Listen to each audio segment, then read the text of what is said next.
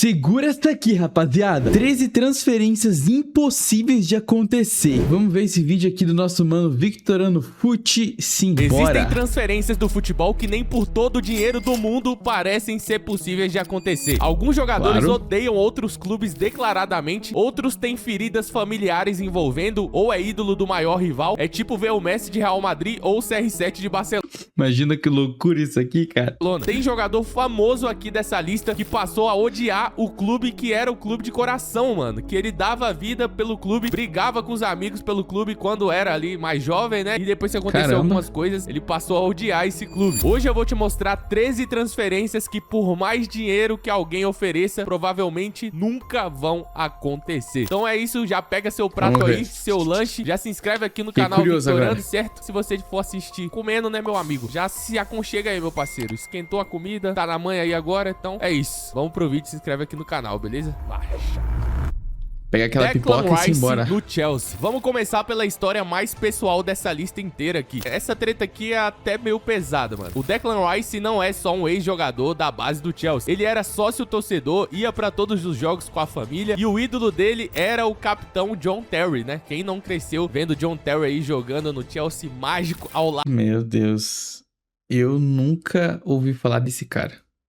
Nunca ouvi falar. De Didier Drogba, não sabe o que perder. Drogba eu já ouvi falar. Agora esse cara aí do lado, juro que eu nunca ouvi falar, mano. Entendeu, né? Declan Rice era tão fã, tão fanático do Chelsea, que quando ele criança, ele dizia, abre aspas, se eu virar jogador, quero vestir a camisa número 26, que era o número de John Terry. E ele vai ali, faz toda a sua divisão de base, ele se dedica a vida inteira a jogar pelo Chelsea desde muito novinho, mano. Só que aos 14 anos, ele foi dispensado. Ele mesmo descreveu, aquilo era tudo que eu conhecia na vida, da escola pra lá, treinando de segunda a sexta com meus amigos. E de repente te dizem que você não faz mais parte disso. O pai dele chegou da rua. É, deve doer pra cacete isso daí, mano. Fui, com todo cuidado, contou a notícia depois da escola, né? Mas, pô, com muito medo da reação dele, né, cara? Porque realmente isso é um baque muito grande. Imagina um clube que você ama, que você dedica todo o seu esforço, que você dedica toda a sua energia, te dispensa. É a mesma coisa que trabalhar numa empresa por 30 anos e ser dispensado, só que tem um valor maior emocional sobre isso, né? Na sua vida toda tem ali uma rotina, segue, você vê os seus amigos sempre e do nada você, ó, você não vai mais poder. É tipo um luto, mano, psicologicamente, depois vocês pesquisem. Todo mundo sabia tanto que o Declan Rice amava aquele clube, dava a vida dele pelo clube, que o próprio John Terry, ídolo dele, ligou pessoalmente pra consolar o garoto de 14 anos. Então o Declan acaba tendo uma carreira ali que não é no Chelsea, né? Ele acaba indo pro West Ham e anos depois, já consagrado, disse publicamente que o Chelsea nunca deu uma chance a ele. Hoje, Declan Rice pode se considerar ídolo do Arsenal, né? Um jogador que cresceu sonhando em vestir a camisa dos Blues e depois houve confrontos do Declan Rice com o Chelsea, onde a própria mídia inglesa ficou batendo no Declan Rice, dizendo que as entradas dele estavam sendo muito duras naquele jogo. Muito provavelmente, Declan Rice queria mostrar pro Chelsea que eles perderam um grande jogador, né? Tipo assim, ó, eu tenho condição sim, tinha condição sim de jogar no Chelsea. E tá totalmente certo em fazer isso, tipo, pô, querendo ou não, como eu já disse, é um cara, por exemplo, você aí, vamos supor que você aí seja flamenguista, você é da base do Flamengo, joga ali todos os dias, vai aos jogos, acompanha o Flamengo a todo momento, aí do nada o Flamengo te dispensa, pô, isso aí é um baque muito emocional, mas sendo numa criança, né, pô, num adolescente. Você acha que não precisa mais provar, né?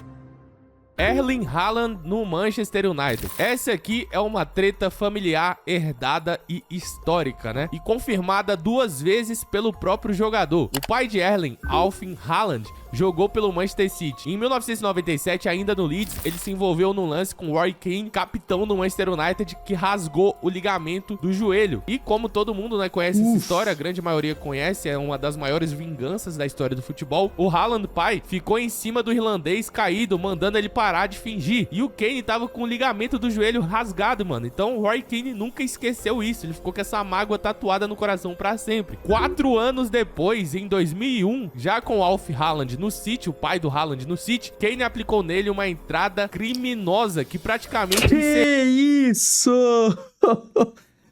Tá, porra. Errou a carreira do Haaland. Nada, tá? Nem cartão amarelo aqui não foi. Segue o jogo. Pai. E admitiu depois na autobiografia que foi proposital, foi uma vingança mesmo, que ele já tinha planejado isso há bastante tempo. Mas aqui tá o que pouca gente sabe, cara. O Haaland filho agora, né, o Erling Haaland, guardou mágoa disso? Parece muito que sim. O próprio Erling já rejeitou o United 2 vezes na vida real. Em 2020, com o próprio Solskjaer, que foi o ex-treinador dele no Molde, o Solskjaer tava no Manchester United, né, ligou pro Haaland falando, ó, vem pra cá, a gente vai te dar uma chance e tal. Você vai, pô, no Manchester United você vai estar na Premier League. E aí o Haaland falou, não, eu não jogo nesse time aí, eu vou pro Borussia Dortmund. E em 2022, com o United tentando de novo, ele escolheu ir pro Manchester City, o mesmo clube do pai. Aí você fala, pô, é meio óbvio escolher o Manchester City. Sim, qualquer um escolheria o Manchester City, né, pelo momento que vivia o clube e pelo momento que vivia o United. Só que o ex-jogador Paul Ince declarou publicamente na época que o United não tinha chance nenhuma de contratar o Haaland e apontou o motivo, o que o Roy Keane fez com o pai dele. Então, meio que... Às vezes também tem uma mágoa muito grande por conta do United não ter feito nada a respeito disso, sabe? Querendo ou não, é uma instituição. Então, tem que saber educar seus atletas, tem que saber educar quem é seu colaborador. Então, acho que também fica um pouco da mágoa disso. Se não foi feito nada, né? Porque eu não sei de nada dessa história. Mas, aparentemente, tem um ponto nisso daí. Haaland nunca veio a público dizer que nunca vestiria a camisa do United, mas as escolhas dele e o histórico mostram um padrão de que o Haaland nunca escolheria o Manchester United, né? O padrão mais forte da história é realmente ele ter escolhido ir pro Dortmund ao invés de ir pro United lá, né? Bruno Fernandes no Manchester City. Agora é um caso contrário, um jogador do United que provavelmente nunca vestiria a camisa do City. Bruno Fernandes chegou ao United em janeiro de 2020. Já são mais de 6 temporadas no clube, atravessando 6 técnicos diferentes, do Solskjaer ao Amorim. E o Bruno Fernandes meio que é a cara do Manchester United, né, mano? Não tem como negar. Não é um contrato de passagem. Em julho de 2023, ele virou o capitão oficial, depois de já ter usado a braçadeira em mais da metade dos jogos. Cara, eu acho esse Bruno Fernandes igualzinho o Bernardo Silva. Sabe, parece que pra mim Ivete Sangalo e a outra mulher, esqueci o nome, é Bernardo Silva e o negócio, o cara aqui. Os caras são as mesmas pessoas.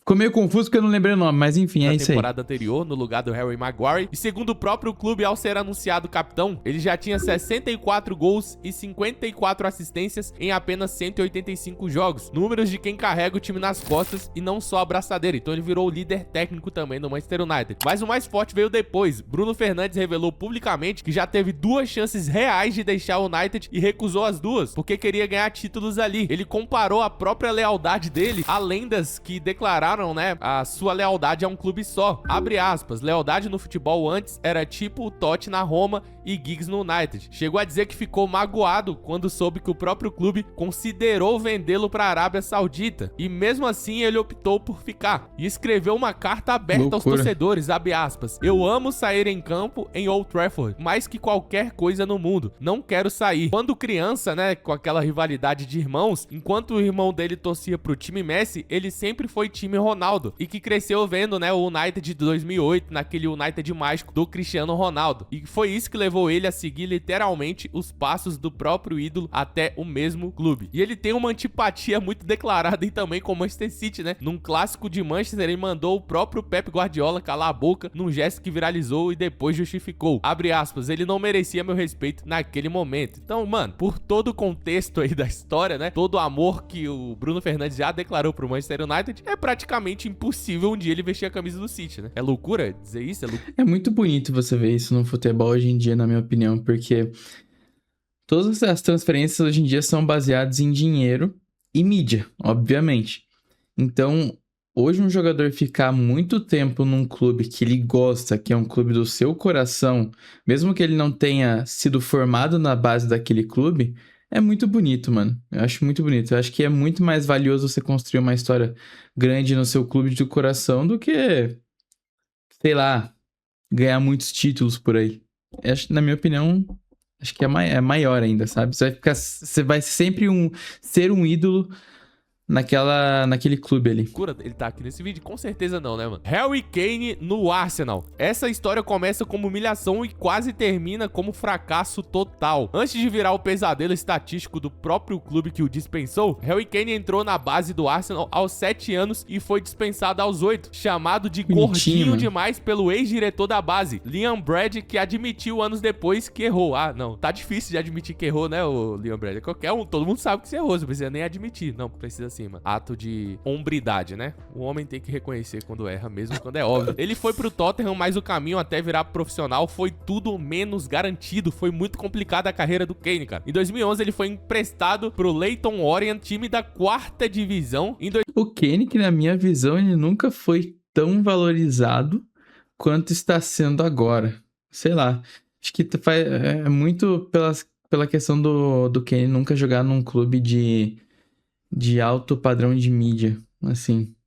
Sei lá, pra mim, ele sempre foi tratado como um atacante comum, coisa que não é. 2012 foi pro Millwall, 2ª divisão. Aí depois ele vai pro Norwich City, jogou 3 partidas, meteu 0 gols. Aí ele vai emprestado pro Leicester City. Com 19 anos, o Harry Kane ainda não tinha certeza se ia vingar no futebol, mano. Tem noção do que é isso? Por isso que o cara guarda muita mágoa, né? Quando ele sai do Arsenal ali, meu amigo. Pô, mas também não adianta, né, cara? Como é que o clube vai adivinhar o que o cara vai virar, né? Milhares de jovens são dispensados aí nos clubes e eles não dão certo mesmo. Uma hora alguém vai ser dispensado e vai dar certo, né? É um trabalho complicado. Exatamente. Foi só na volta ao Tottenham que ele estourou. E o resultado contra o próprio Arsenal foi brutal. Kane se tornou o maior artilheiro da história do Clássico do Norte de Londres, com 14 gols contra o Arsenal ao longo da carreira, superando o recorde histórico do Emmanuel Adebayor. E o detalhe... Será que tinha mágoa aí? Detalhe mais cruel, mesmo depois de deixar o Tottenham e ir pro Bayern de Munique, ele voltou ao Emirates pela Champions League e balançou a rede de novo, chegando a 5 gols como jogador visitante naquele estádio. A melhor marca de qualquer visitante na história do local. Então o cara pegou o Arsenal e ó...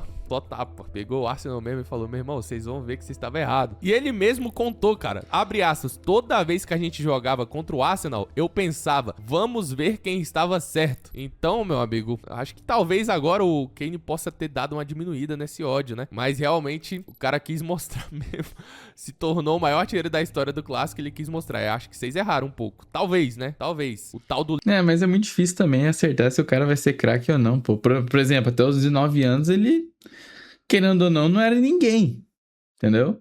É muito difícil se acertar. Liam Brady até hoje deve se arrepender um pouco, talvez, né? Mas Liam Brady, eu não te acho um imbecil, não. Por essa história, não, né? Não é fácil, cara. Não é fácil. Por exemplo, tem um exemplo do Suárez, mano. O Suárez tava fazendo um teste lá. Acho que ele jogava num clube do Uruguai. E aí o Andrade do Flamengo vai lá ver o Suárez jogando. Isso com uns 16, 17 anos. E aí fala, não, esse cara não é... esse moleque não é nada demais, não. E realmente lá no jogo, o Suárez não fez nada. Aí o Suárez vai pra uns clubes menores. Pro Groningen da Holanda. Aí começa a destruir lá. E depois vai pro Ajax. Aí você sabe o que ele faz, né? Mas a assim, gente tem que muito mais difícil. Uma hora ou outra alguém vai errar, alguém vai pagar o pato. Aqui no Brasil a gente tem alguns exemplos também, né, rapaziada, de transferências que são impossíveis em níveis absurdos de acontecerem, né? Um exemplo disso, o seu Gilvanildo, o Hulk, fosse jogar no Cruzeiro, cara. O Hulk virou símbolo de uma era dourada do Atlético, conquistando títulos muito importantes, né? E virou meio que o símbolo... O Hulk tem a cara do Atlético Mineiro. Eu não vejo o Hulk ser na cara de nenhum outro clube se ele fosse ídolo do jeito que ele é, sabe?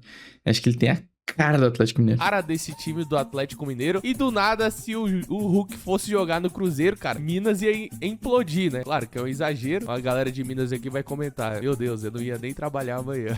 Mas os outros vão falar, mano, realmente seria Não, mas seria a mesma história do Figo quando saiu do Barcelona pra ir pro Real Madrid, na minha opinião. Ia ser loucura. Traição gigantesca. E aí, Hulk jogar no Cruzeiro, mano. Pra você, em qual nível de Judas está essa trairagem aí? Porra!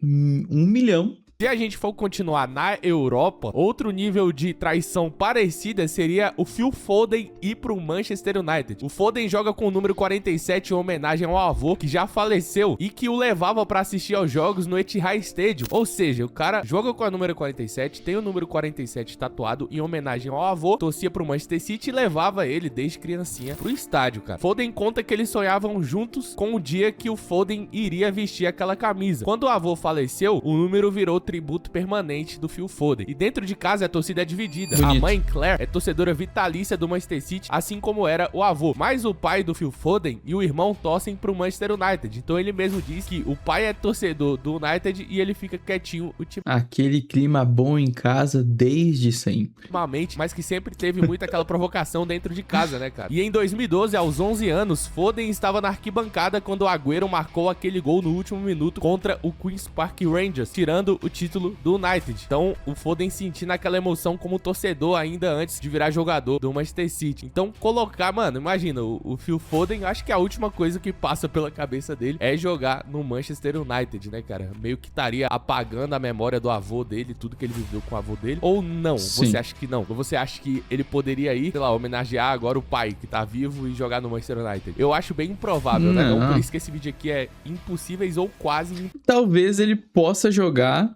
pelo valor sentimental que tem na família. Mas acredito que por ele, acho que ele não vai não. Né? Nesse caso aqui, eu acho bem improvável. E você? Você acha que ele... Pô, imagina pra um pai ver o filho jogando no seu time de coração. Bonito. iria? Existe a possibilidade? Um dia? Ou você acha que nem passa pela cabeça dele? Comenta aí.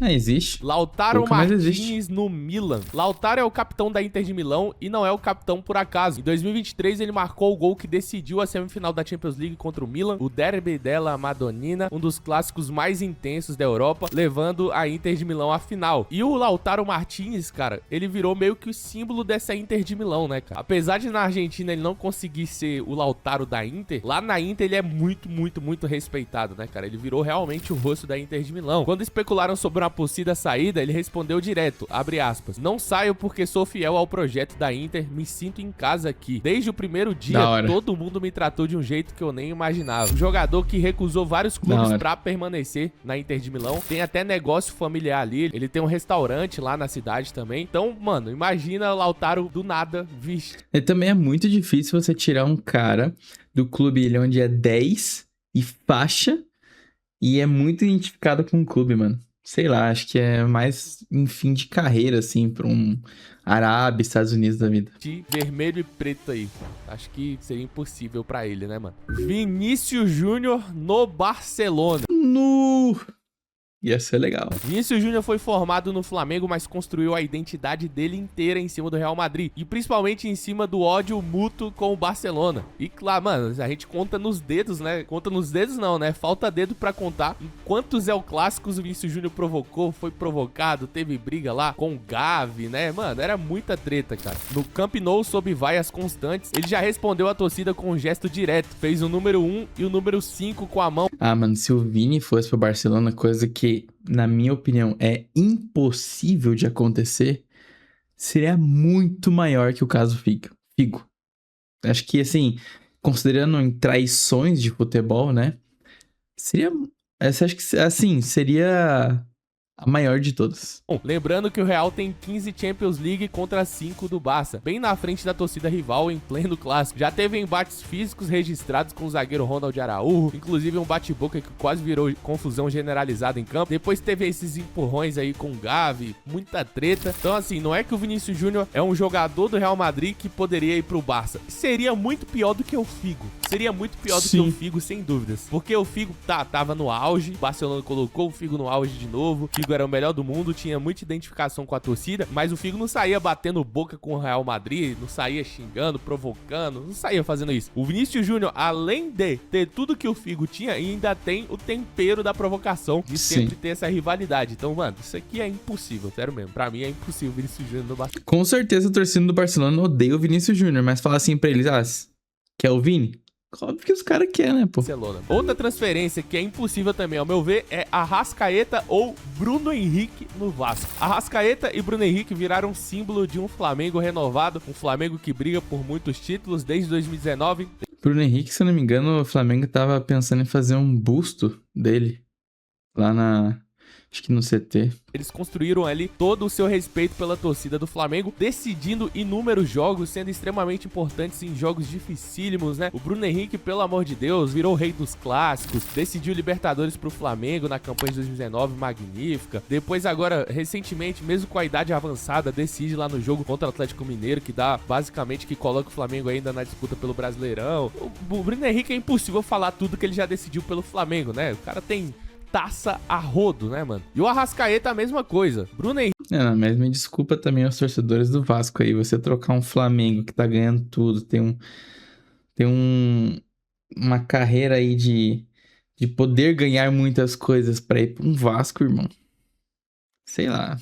Tem que ser muito fã do Vasco. Henrique Arrascaeta tem 3 Libertadores, 3 Campeonatos Brasileiros, 2 Copas do Brasil, 3 Supercopa do Brasil, 6 Carioca, uma Recopa Sul-Americana. É muita coisa, então é muita identificação com a torcida. Da mesma forma Uma que o puta Hulk carreira no ir clube, pro né? Cruzeiro, eu acho que esses dois ir pro Vasco seria o maior Judas, né? Os maiores Judas da história e pra mim são transferências impossíveis.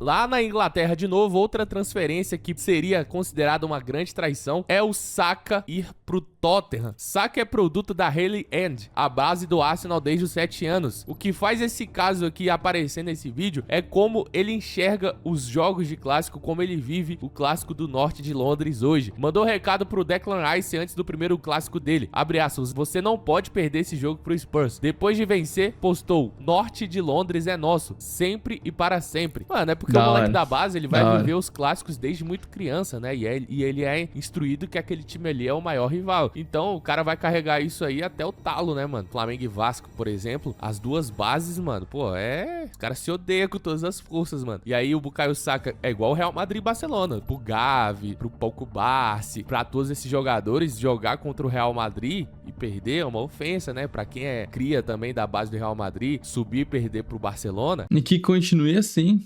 Essa é a essência do futebol. É uma ofensa. Então sempre tem isso aí nas divisões de base e o Bukayo Saka entra nesse bolo aí, mano. E pra fechar esse vídeo com chave de ouro, Lamine Yamal no Real Madrid. Esse aqui é o caso que não precisa de contexto pra explicar, né, mano? Yamal foi formado em La Masia desde os 7 anos e ainda existe uma regra Isso aí nem por 1 bilhão de euros vai pro Real. invisível que atravessa décadas na cultura do Barcelona. Nunca escrita, mas respeitada como lei. Nenhuma joia da Masia jamais vestiu a camisa do Real Madrid. Então passaram por ali Lionel Messi, Iniesta, Xavi, Puyol. É loucura o cara falar, não, agora eu vou jogar no Real Madrid, mano. É meio que, mano, é realmente uma traição gigantesca, cara. Sim. Gigantesca. Se Yamal vestisse aquela camisa, não seria só um choque esportivo também. Seria comercialmente uma bomba na própria carreira dele, porque o cara ia meio que explodir todos os princípios, né? Tipo assim, nenhuma marca ia olhar pra ele como um cara que pode representar confiança pro consumidor, né? Imagina, o cara tá apresentando o produto ali,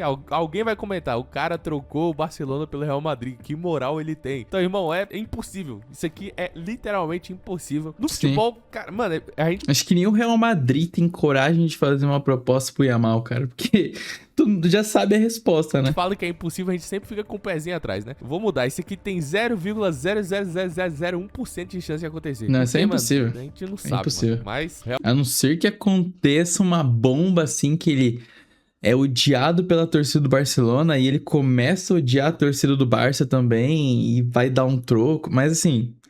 É muito impossível, acho que é só em outra realidade. Realmente, existem exceções que já aconteceram, né? No futebol brasileiro, rapaziada, eu quis trazer pra vocês aqui alguns exemplos rápidos também, sem entrar muito a fundo no assunto. Por exemplo, no Clássico de Minas, né? A gente falou do Hulk ir pro Cruzeiro e tem o oposto. Por exemplo, Matheus Pereira ir pro Galo seria uma traição gigantesca. O Gabigol jogou no Flamengo, né? Tá no Santos agora. E pro Palmeiras também. Ah, mas se bem que o Gabigol não liga pra nada, né? Não, deixa o Gabigol pra lá. Neymar no Corinthians ou Neymar no São Paulo, Neymar no Palmeiras também seria uma grande traição. Hugo Souza, cara. Hugo Souza no Palmeiras, mano. Acho que seria também... Acho que o Neymar é mais a questão se ele fosse pro Corinthians. Não sei, ele já tem foto com camisa do Palmeiras, sei lá. Eu acho que se ele fosse pro Corinthians, que é a rivalidade maior com o Santos, eu acho, seria mais impactante. Tem uma traição aí, né? Não é que eu tô colocando na mesma prateleira, mas, mano, são traições aí do futebol que eu acho bem difícil de acontecer, né? Agora, jogador do Fluminense vir pro Flamengo, aí não é, mano. Aí é o que mais tem, mano. Eu nunca vi, cara. Torcedor do Fluzudo fica com raiva, mano. Flamengo é Gerson, é Pedro, Ayrton Lucas, né? Eles têm muito essa cultura aí, mas acho que não vem muito direto, né? Enfim, rapaziada, já enrolei muito, eu gosto muito de conversar com você. Uma própria renegociação, assim, recente que tá acontecendo é do Luiz Henrique ir pro Flamengo. Coisa que o Luiz Henrique, que é cria do Fluminense, já disse que nunca, não se veria jogando no Flamengo. Nunca. E agora tá negociando com o Flamengo. Fez aqui. Muito obrigado por assistir esse vídeo. E aí, se inscreve aqui no canal se é a primeira vez que você tá me vendo. Videozaço, Victoriano. Valeu, fui. Muito bom vídeo, mano. Muito bom vídeo. Loucura ver essas paixões do futebol.